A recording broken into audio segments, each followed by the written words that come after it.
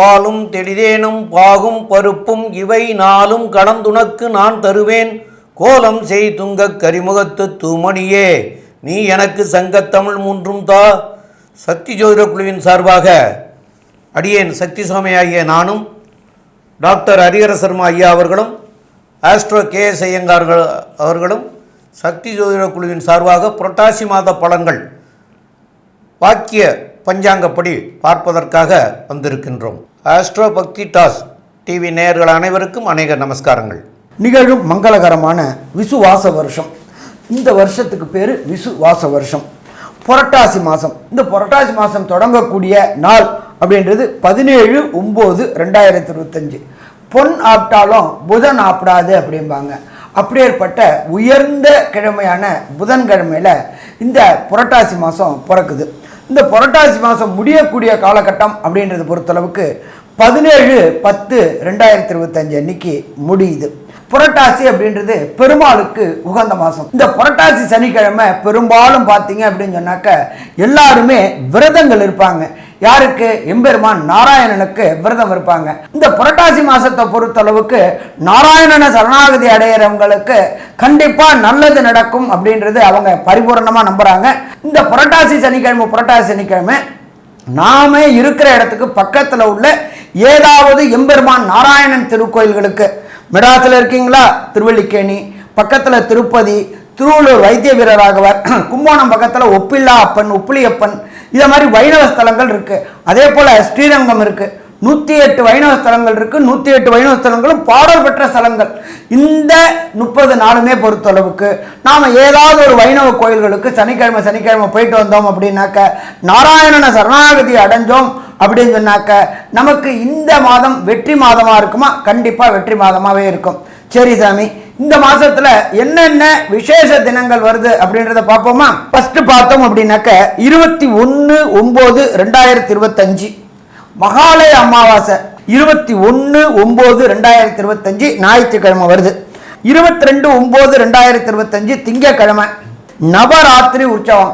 9 பெண் தெய்வங்களுக்கும் 9 நாளும் விசேஷ வழிபாடுகள் செய்து, அதே போல் ஒவ்வொரு தெய்வம், அது பெண் தெய்வங்கள் எல்லா தெய்வங்களையும் துர்கா, சரஸ்வதி இவங்க எல்லாரையும் வழிபடக்கூடிய கால் அப்படின்றது அந்த நவராத்திரி. 30/9/2025 அஷ்டமி. அதிலே புனிதமான அஷ்டமி துர்கா அஷ்டமி. நாட்டை காக்கக்கூடியவளும் நாட்டை அழிக்கக்கூடியவளும் நாட்டுகளை சத்துருக்களை வதம் பண்ணக்கூடியவளும் துர்கா அஷ்டமி. 1/10/2025 சரஸ்வதி பூஜை, ஆயுத பூஜை. ஆயுத பூஜை அப்படின்றது கொண்டாடக்கூடிய தினம் அப்படின்ற பார்த்தாக்க 1/10/2025. 2/10/2025 உகந்த கிழமை வியாழக்கிழமை. அன்னைக்கு விஜயதசமி சூப்பரானது. அதுக்கு அடுத்தது 3/10/2025 கௌரி விரதம். அப்போ இந்த புரட்டாசி மாதம் பார்த்தாலே இறைவனுக்குண்டான மாதம் அப்படின்றது நமக்கு தெரிஞ்சு போயாச்சு. சரி, இந்த காலகட்டங்களில் இந்த புரட்டாசி மாதத்தில் 17/9/2025 17/10/2025 வரலும் சற்றேறக்குறைய 31 நாள். இந்த புரட்டாசி மாதத்தில் பொறுத்தளவுக்கு ஒவ்வொரு ராசிக்காரங்களுக்கும் என்னென்ன நல்லது என்னென்ன கெடுதல். என்ன சாமி கெடுதல்னு பயமுறுத்துறீங்களே? Prevention is better than cure. வருமுன் காக்கிறதுக்கு தான் நம்ம ஜோதிடம் பார்க்குறோம். ஜோதிடத்தை பொறுத்தளவுக்கு என்ன அப்படின்னாக்க விஞ்ஞானமும் மெய்ஞானமும் கலந்தது தான் ஜோதிடம். நம்ம பார்க்கறது இந்த கோல்சார நிலை மேலே என்னென்ன கிரகங்கள் என்னென்ன பண்ண போகிறாங்க அப்படின்றத பார்ப்போமா? மேஷம், அஸ்வினி பரணி கிருத்திகை, இந்த 3 நட்சத்திரம் 9 பாதங்களை கொண்ட ராசி. இந்த மாதம் விஸ்வாவசு வருஷம் புரட்டாசி மாதத்தில் பார்த்தோம்னா உங்களுடைய ராசிநாதன் சப்தமத்திலே இருக்கார். 7ஆம் இடத்துல ராசிநாதன் இருக்கிறது விசேஷம். இந்த காலகட்டத்தில் பார்க்கும்பொழுது பார்த்தோம்னா உங்களுடைய ராசிக்கு 4ஆம் இடத்துல குரு வரும். இந்த மாதம் ரொம்பவும் ஏற்றமான மாதமாக இருக்க போகுது. ஏன்னா குருவும் அதிச்சாரமாகி 4ஆம் இடத்துல வரார். அதாவது 8/10/2025 4ஆம் இடத்துல வரார். ஒரு 15-20 நாளில். இந்த மாதத்தில் பார்த்தீங்கன்னா பொதுவாகவே 6ஆம் இடத்துல புதன் இருக்கிறது பெரிய விசேஷம். ஏன்னா 6ஆம் இடத்துல புதனும் சூரியனும் சேர்ந்து இருக்கக்கூடிய காலகட்டம். புதன் ஆட்சி உச்ச மூல திரிகோணம் பெற்று இருக்கக்கூடிய காலகட்டம்ன்றதுனால புதிய வேலை அமையக்கூடிய வாய்ப்புகள் உண்டு. போட்டிகள் எல்லாவற்றிலும் வெற்றி பெறக்கூடிய வாய்ப்புகள் நிச்சயமாக இருக்கும். முயற்சிகள் எல்லாமே கைகூடக்கூடிய காலகட்டமாக அமையும். பொதுவாகவே இந்த மாத கிரகம் அப்படின்னு சொல்லும் பொழுது பொதுவாகவே மாத கிரகங்கள்னு சொல்லக்கூடிய சூரியன், செவ்வாய், புதன் மற்றும் சுக்கிரன் இந்த 4 கிரகங்களுடைய மாற்றங்களை சொல்லி பேசுவோம்.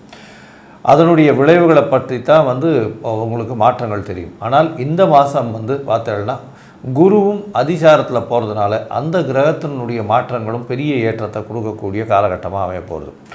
குருவினுடைய மாற்றங்கள் அப்படின்னு பார்த்தோம்னா 4ஆம் இடத்துல வர்றதுனால புதிய வீடு மனை அமையக்கூடிய வாய்ப்பும், புதிய கடன் அமையக்கூடிய வாய்ப்பும், கடன் மூலியமாக நல்ல ஒரு ஏற்றம் கிடைக்கக்கூடிய வாய்ப்பும் நிச்சயமாக இந்த மாதத்தில் அமைஞ்சே தீரும். அது தவிர பார்த்தோம்னா தாயின் உடல்நிலையில் நல்ல ஒரு ஏற்றம் இருக்கக்கூடிய காலகட்டம், படிக்கக்கூடிய மாணவர்களுக்கு நல்ல ஒரு ஏற்றம் இருக்கக்கூடிய காலகட்டம். அது தவிர போட்டிகளில் வெற்றி பெறக்கூடிய வாய்ப்புகள் நிச்சயமாக உண்டு. எல்லா விதமான போட்டியிலையும் நிச்சயமாக வெற்றி பெறக்கூடிய வாய்ப்பு உண்டு. அதாவது முயற்சிகள் எல்லாமே வெற்றி பெறக்கூடிய வாய்ப்புகள் நிச்சயமாக இருக்கும். இந்த மாதத்தில் பார்க்கும்பொழுது பொதுவாகவே 7ஆம் அதிபதினு சொல்லக்கூடிய சுக்கிரன் 6ஆம் இடத்துல போய் நீச்சமாறார். நீச்சமானாலும் நீச்ச பங்கமாறார். ஒரு 10 நாளைக்கு நீச்ச பங்கமாறுறது ரொம்ப விசேஷம். இருந்தாலும் அதற்கு பிறகு பரிவர்த்தனை யோகம் வருது. அதாவது சுக்கிரனும் புதனும் ஒருவருக்கொருவர் பரிவர்த்தனை ஏற்படக்கூடிய காலகட்டமாக இருக்குது.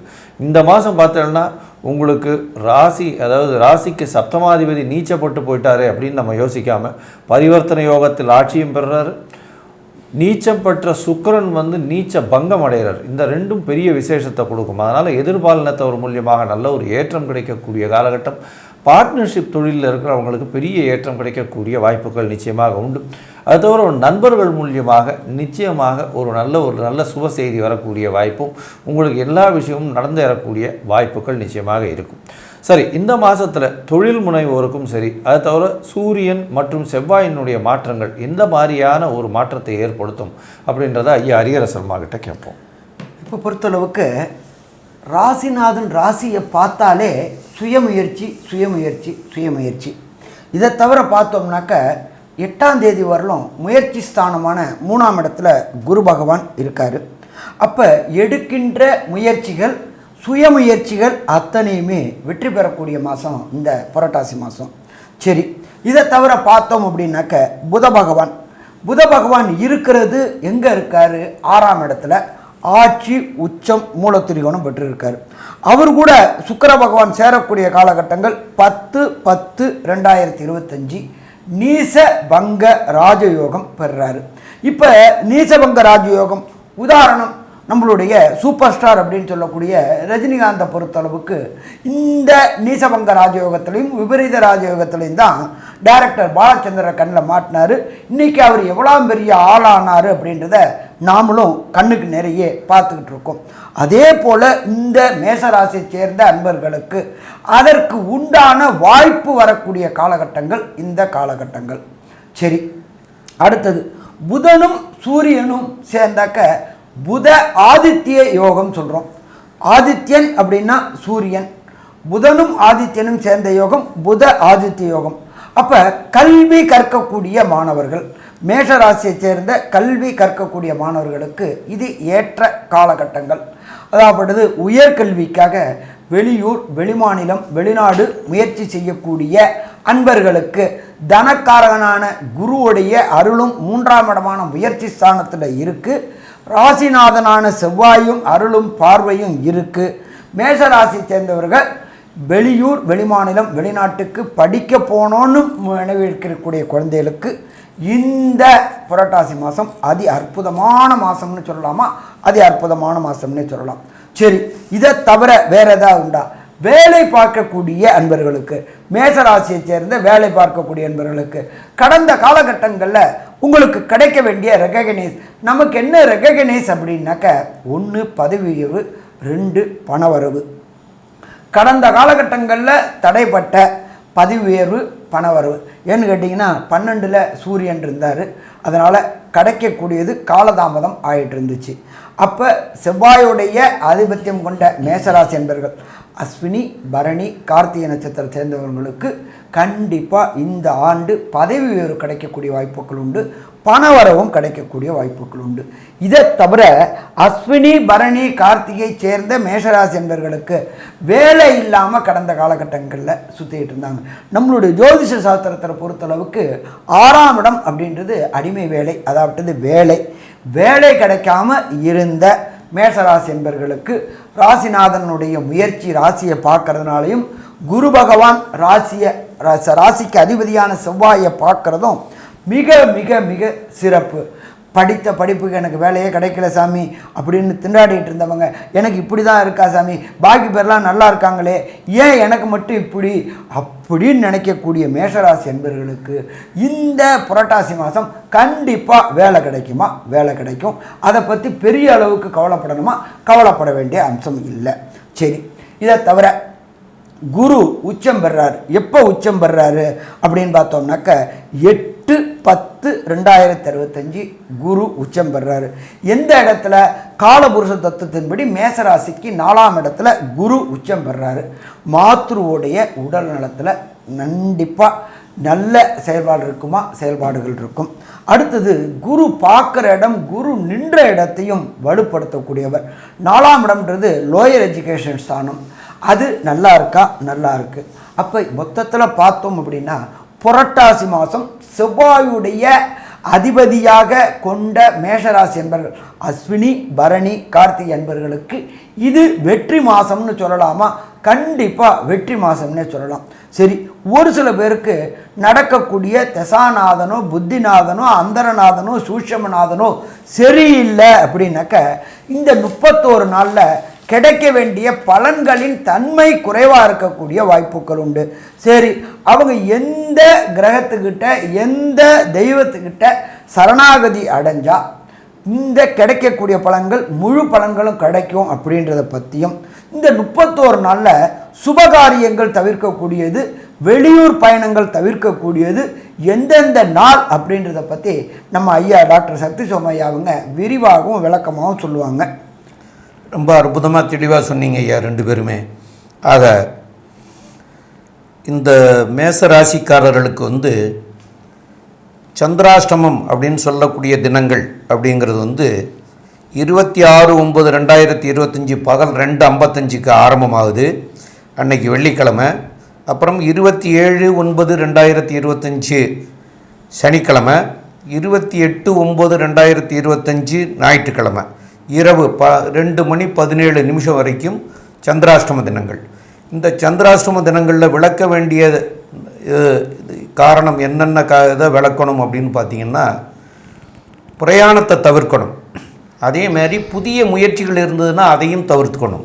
இந்த புதிய முயற்சிகளை இப்போ நீங்கள் இந்த நாட்களில் நல்ல நாட்களாக இருக்குது அப்படின்னு சொல்லி 27, 28 நல்ல நாளாக இருக்குன்னு நீங்கள் அந்த தேதிகளில் அந்த புதிய முயற்சிகளை செஞ்சீங்கன்னா அதனால் பின்னாடி வரக்கூடிய விளைவுகள் சரியாக இருக்காது. அப்போ இன்றைக்கி ஆரம்பித்தது நாளைக்கு நல்லா இருக்காது. அப்போ அதனால் இந்த புதிய முயற்சிகளையும் கைவிடணும். வெளியூர் பயணங்கள், வெளிநாடு பயணங்களையும் தவிர்க்கணும். இது ரெண்டையும் தவிர்த்திங்கன்னா கண்டிப்பாக அதனால் வரக்கூடிய பின் விளைவுகள் நீங்கக்கூடியதாக இருக்கும். ஆக இந்த மாதம் புரட்டாசி மாதங்கிறதுனால நாராயணரை போய் வழிபடுறதும், சனிக்கிழமை அன்னைக்கு நாராயணரை போய் வழிபடுறது சிறப்பாக இருக்கும். நாச்சியார் கோயில் திருநறையூர் அப்படிங்கிற ஸ்தலத்துக்கு போயிட்டு வர்றது நல்லது. அதையும் பண்ணலாம். இல்லைன்னா இந்த உங்களுக்கு செவ்வாய் இப்போ உங்களுடைய ராசிக்கு 7ஆம் இடத்துல இருக்கார். 7ஆம் இடத்துல இருந்து அவர் உங்களுடைய ராசியும் பார்க்கிறார், 2ஆம் இடத்தை தனஸ்தானத்தையும் பார்க்கிறார் 8ஆம் பார்வையில். அதனால அதனால் கெடுதல் கிடையாது, அதனால் நன்மை தான்.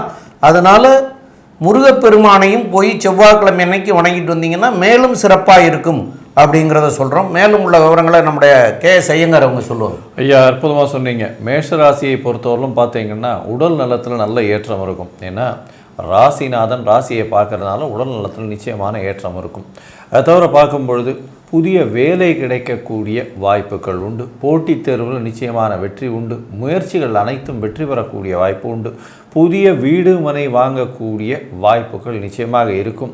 அதை தவிர பார்த்தாலேயானால் உங்களுடைய ராசிக்கு 5ஆம் இடத்துல சுக்கிரன் இருக்கார். 5ஆம் இடத்துல சுக்கிரன் இருக்கார். அவர் இந்த மாத கடைசியில் தான் ஷிஃப்ட் ஆகிறார். அதாவது பார்த்தீங்களேனால் 24ஆம் தேதி, கிட்டத்தட்ட ஒரு வாரத்துக்கு முன்னாடின்னு வச்சுக்கோங்க, புரட்டாசி மாதம் 24 தேதி வாக்கில் அவர் மூவ் ஆகிறார். அந்த காலகட்டத்தில் பார்க்கும்பொழுது பார்த்தீங்கன்னா அவர் நீச்சமானாலும் நீச்ச பங்கம் அடைகிறது ரொம்பவுமே விசேஷம்.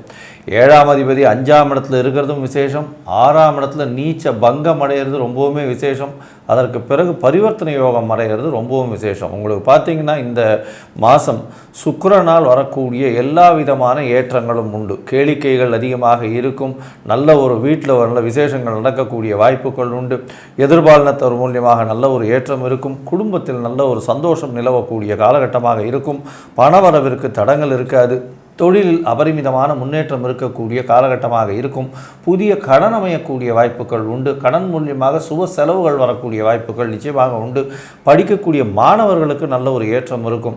அதை தவிர பார்த்தீங்கன்னா போட்டித் தேர்வில் வெற்றி பெறக்கூடிய வாய்ப்புகள் நிச்சயமாக இருக்கும். அந்த இதில் திருமணத்திற்கு பார்த்து கொண்டிருப்பவர்களுக்கு இந்த காலகட்டத்தில் திருமணம் என்ன சொல்கிறது, ஜாதக பரிவர்த்தனைகள் பண்ணுறது ரொம்பவுமே நல்லது. ஏன்னா புரட்டாசி மாதம் பொதுவாகவே கல்யாணத்துக்கு இது பண்ண மாட்டாங்க, ஜாதக பரிவர்த்தனை மட்டும் பண்ணிக்கோங்க. அதுக்கப்புறம் ஐப்பசி மாதத்தில் திருமணம் பேசி பந்தம் ஏற்படுத்தி அதற்கு பிறகு கல்யாணத்தை பண்ணலாம். அந்த மாதிரி பண்ணிக்கோங்க, அது நல்லது.